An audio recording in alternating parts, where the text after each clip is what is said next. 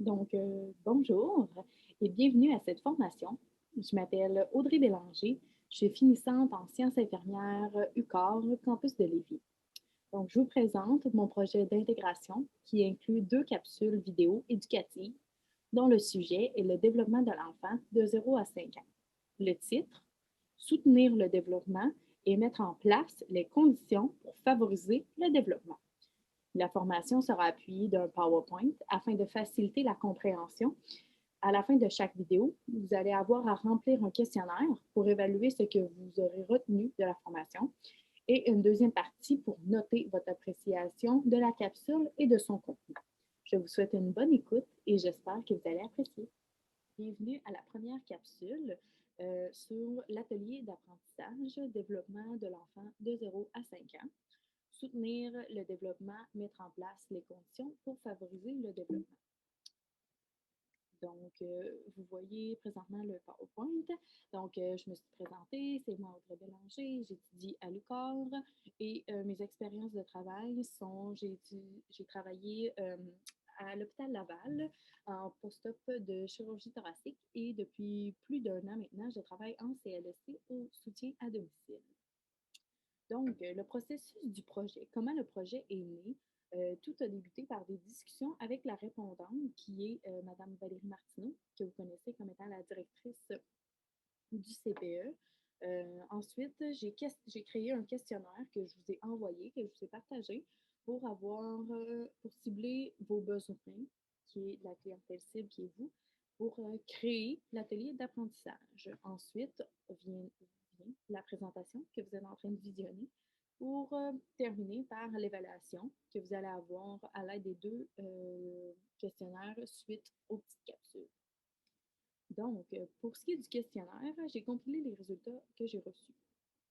Une des questions était à savoir quelles étaient vos préoccupations face au développement de votre enfant. Les principales qui sont revenues sont les 6 qui suivent, soit le développement de l'autonomie, la compréhension de l'enfant, la capacité d'adaptation de l'enfant selon la situation et son âge, le développement du langage, je l'ai dit, le développement cognitif, ainsi que la compréhension des règles à la maison et comment les faire respecter.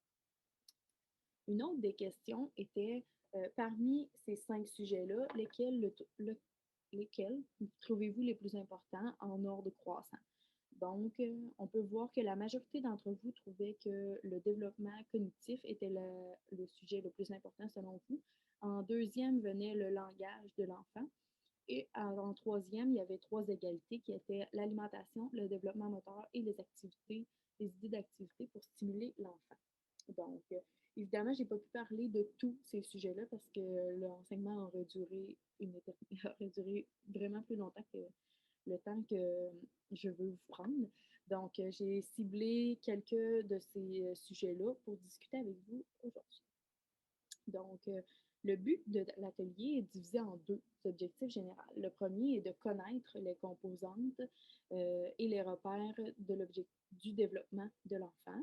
Et l'objectif général 2 est explorer des stratégies pertinentes pour soutenir le développement de l'enfant et connaître les ressources d'aide disponibles.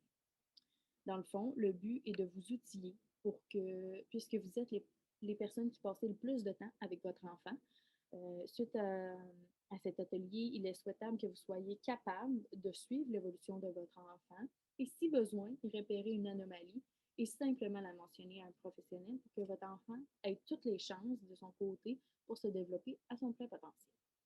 Lors de mes échanges avec la directrice d'installation du centre du CPE, qui est Mme Valérie Martineau, celle-ci m'a exprimé que le plus grand besoin d'enseignement auprès des parents était le développement normal de l'enfant de 0 à 5 ans. Donc, en approfondissant les notions des parents en ce qui concerne le développement normal chez l'enfant, à l'aide d'ateliers d'acquisition de nouvelles connaissances, ce qu'on va faire aujourd'hui, cela entraînerait une diminution des cas d'anormalité qui sont décelés dans un trop grand délai. D'où sont découlés les 2 objectifs généraux que je viens de vous lire précédemment. Le but, c'est ça, c'est de connaître des stratégies pour soutenir le développement, connaître les étapes permettant de l'aider, de demander de l'aide de professionnels pour répondre à vos questions ou vos inquiétudes. c'est les buts principaux de l'atelier. Donc, ces deux buts se divisent en 4 sous-catégories chacune. Donc, le premier but, objectif général, qui est de connaître les composantes et les grands repères du développement de l'enfant, se divise en 4 sous-catégories. La première est le développement cognitif. Ensuite, arrivent des sources fiables d'informations. Ensuite, le développement du langage et l'introduction des aliments solides. Donc, ces 4 sous-catégories seront détaillées et approfondies dans le but de répondre au premier objectif. Dans le fond, il est très normal que l'enfant se développe à un rythme qui est très variable d'un enfant à l'autre. L'important de tout le but ultime de cet enseignement, c'est de se rappeler et de soutenir le développement de l'enfant pour le favoriser au mieux. Par conséquent, on permettra à l'enfant de s'adapter et d'actualiser son potentiel. Il est préférable que l'adulte s'émerveille de ce que l'enfant peut faire et pourra faire, plutôt que ce qu'il n'est pas encore capable de faire ou ce qui lui semble difficile. Porter un regard positif, constructif et bienveillant est favorable à rendre l'enfant confiant. Au contraire, la crainte et les inquiétudes des parents peuvent être perçues par l'enfant comme un manque de confiance qui pourrait même aller jusqu'à le faire douter de lui-même. Donc, oui, je vais vous dire comme des grandes lignes, des repères, mais au fond, là, chaque enfant se développe à son rythme et c'est très important de le soutenir et d'être simplement présent et de s'émerveiller devant chaque petit pas que votre enfant accomplit jour après jour. Donc, on peut reprendre maintenant au niveau du développement cognitif, qui est le premier objectif spécifique de l'objectif général 1. Donc, dans cette sous-catégorie-là, c'est le développement cognitif que j'ai détaillé selon les stades de développement selon Piaget. Donc, c'est vraiment très théorique, là. Je vous ai mis les grandes lignes ici, mais je vais vous en donner plus davantage concernant des exemples surtout. Donc, le premier, les stades de développement selon Piaget se divisent en deux grandes catégories qui sont la première, les stades sensorimoteurs de la naissance à 2 ans qui se divisent en 6 étapes. Et ensuite, il y a aussi le stade préopératoire qui est de 2 à 7 ans. Donc, on va commencer par le stade sensorimoteur qui, la première étape est les exercices de réflexe qui ont lieu de la naissance au premier mois de vie environ. Ceci se détermine par l'enfant qui a des réflexes tels que la succion et la préhension. La préhension, c'est lorsque l'enfant tient quelque chose. Donc, cela stimule son sens du toucher, de l'ouïe, de l'odorat et de la vision. C'est ce qui ouvre la voie aux premiers apprentissages. Pour Piaget, l'enfant construit ses connaissances en posant des actions sur les objets. Le fait d'être équipé de réflexes lui permet donc de poser ses premières actions dès la naissance et ainsi construire sa compréhension du monde. Ensuite vient la réaction circulaire primaire qui est de 1 à 4 mois. Ceci, c'est lorsque l'enfant agit sous l'impulsion d'un réflexe, ce qui entraîne une action qui lui procure du plaisir. Il sera naturellement porté à la reproduire. Exemple, s'il attrape par hasard un jouet qui fait du bruit et qui est agréable à regarder, l'enfant aura tendance ensuite à s'en saisir de manière répétée. Ensuite vient la réaction circulaire secondaire de 4 à 8 mois. L'enfant commence à établir des liens de cause à effet, mais tout n'est pas développé au niveau des liens cause à effet. Mais il prend aussi plus conscience du monde qui l'entoure. Le bruit du biberon que l'on remplit le rend joyeux ou impatient. Ou encore, lorsqu'il voit seulement la moitié d'un objet, il tente de le découvrir complètement et de le saisir. Ensuite vient la coordination des schémes secondaires, excusez-moi, qui est de 8 à 12 mois. Donc, ça, c'est lorsque le nourrisson commence à manifester des comportements acquis visant à obtenir des objets, faire des bruits ou s'adonner à toute autre activité qu'il trouve agréable. La permanence de l'objet apparaît, mais n'est pas développée à son plein potentiel. Il y a juste une partie de cette composante qui est développée. Il sait que l'objet existe même s'il ne le voit pas. Le nourrisson connaît bien ses parents, craint les étrangers et semble très inquiet quand les parents s'en vont. Il ne comprend pas encore que ceux-ci reviendront, donc il peut avoir de l'anxiété de séparation. C'est ça. Comme je vous disais, par rapport à la permanence de l'objet qui n'est pas complètement développé, pas du tout. C'est très variable et ça dépend des expériences vécues pour certains enfants. Il faut attendre 18 à 24 mois avant de s'inquiéter de quoi que ce soit concernant la permanence de l'objet développé. Justement, dans l'exemple, l'angoisse de séparation, on voit bien que la permanence de l'objet n'est pas complètement acquise puisque l'enfant ne comprend pas encore que son parent reviendra. C'est un très bon exemple.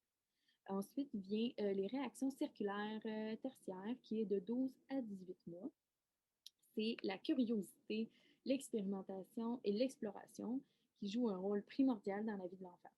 Retourne les jouets dans tous les sens, les met dans sa bouche, tape dessus et les place dans des contenants. Ensuite arrivent les combinaisons mentales de 18 à 24 mois.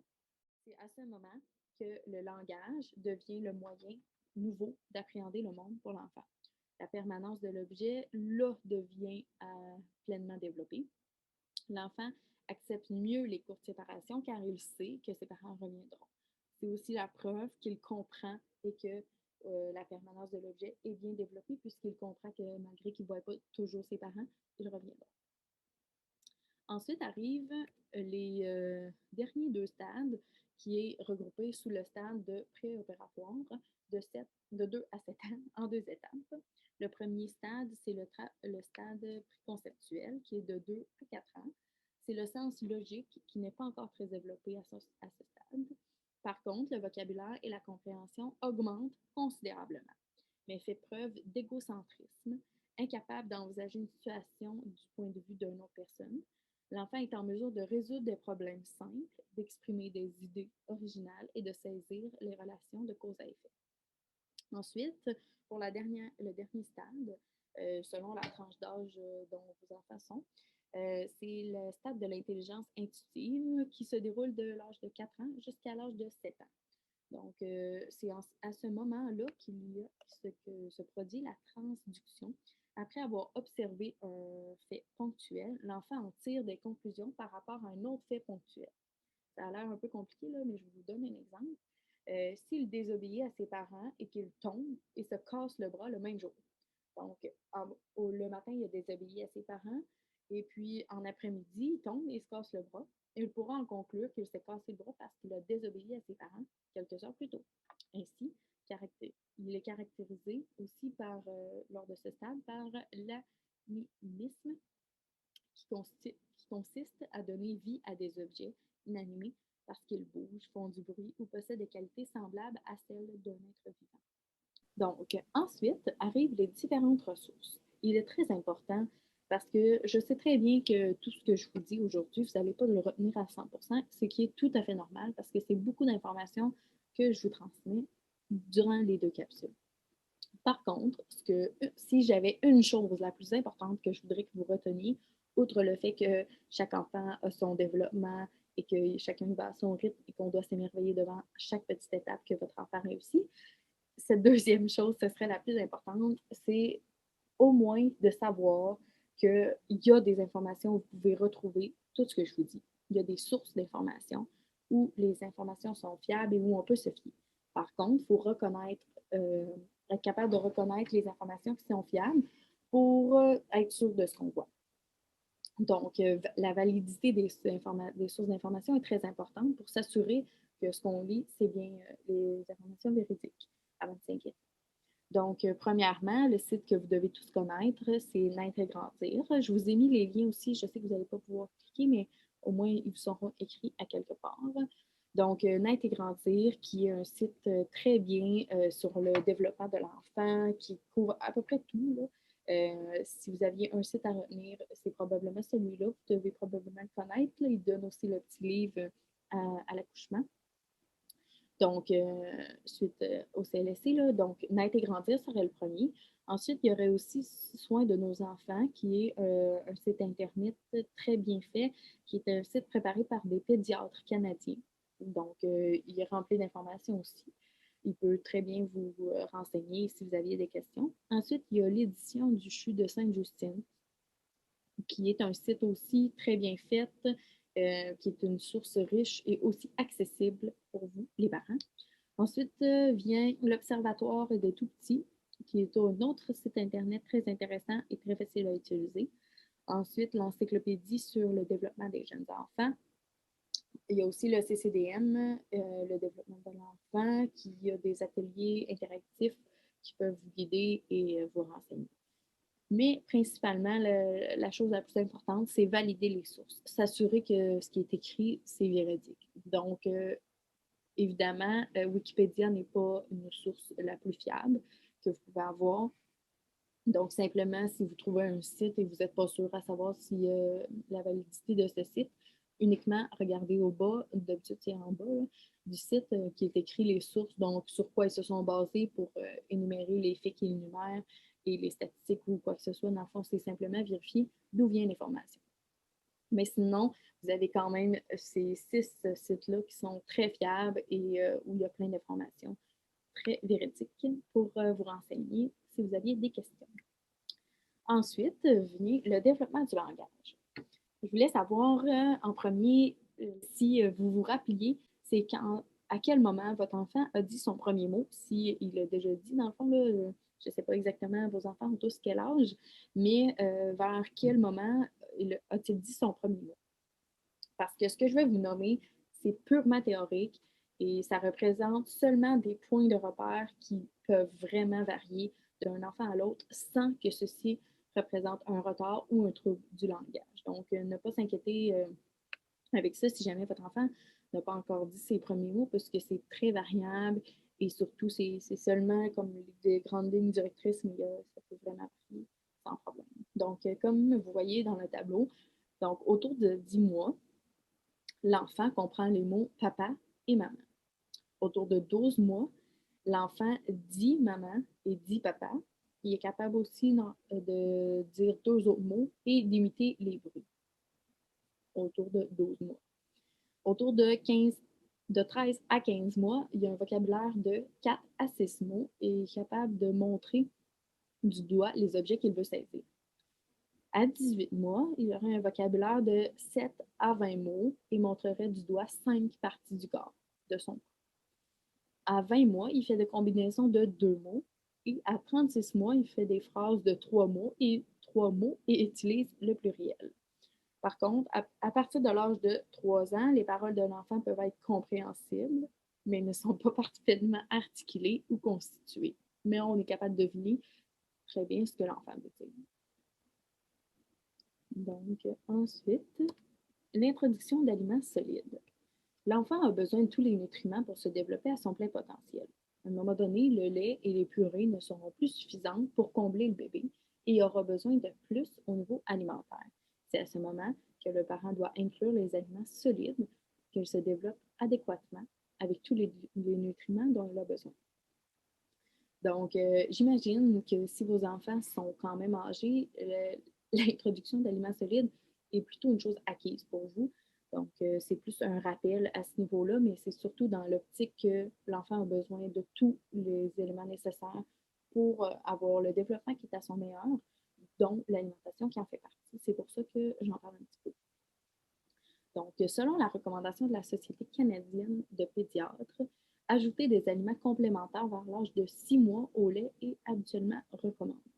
La plupart du temps, le lait maternel ou les préparations commerciales pour nourrissons contiennent suffisamment de nutriments jusqu'à cet âge-là, qui est 6 mois.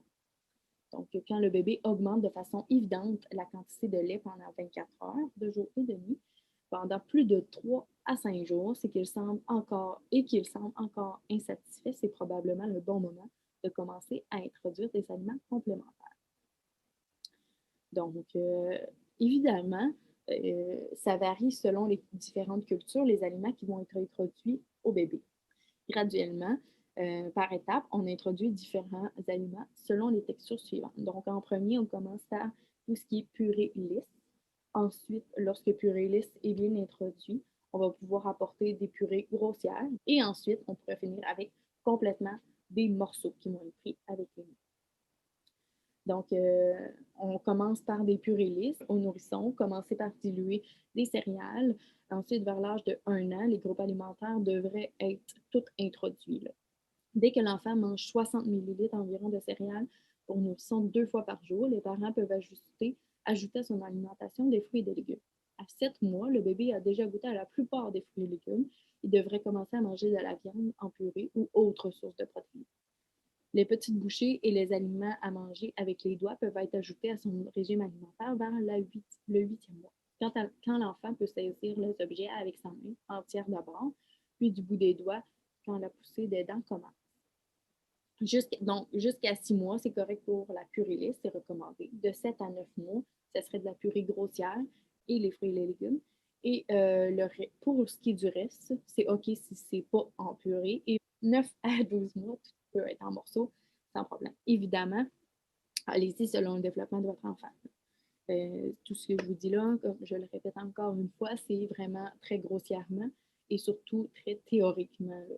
Donc, au niveau pratique, ça dépend du développement de votre enfant et à quel rythme il va. Donc, suivre son. Donc, on est déjà rendu à la fin de la première capsule. J'espère que vous avez trouvé ça intéressant et instructif. Donc, suite à cette première capsule, je vous demanderai de compléter la fiche qui va être en lien et que vous voyez le lien en ce moment à l'écran. Je vais vous l'avoir transmis le lien, comme vous ne pouvez pas cliquer dessus. Donc, vous allez pouvoir voir le lien qui est pour la première capsule. Donc, vous allez pouvoir remplir le premier Google Form qui répond à quelques petites questions suite à cette capsule. Comme je vous disais au départ, c'est en premier lieu pour évaluer si vous avez retenu quelque chose de tout ce que je viens de vous dire. Et en deuxième lieu, pour évaluer l'appréciation que vous avez faite de ma capsule pour que je puisse améliorer certaines choses et savoir comment vous avez trouvé ça utile ou non. Donc, le lien est juste là. Je vous laisse aller remplir ce petit Google Form. Évidemment, c'est l'idéal de le remplir avant de commencer la deuxième capsule. Bon, on se revoit pour la deuxième capsule. Merci d'avoir écouté.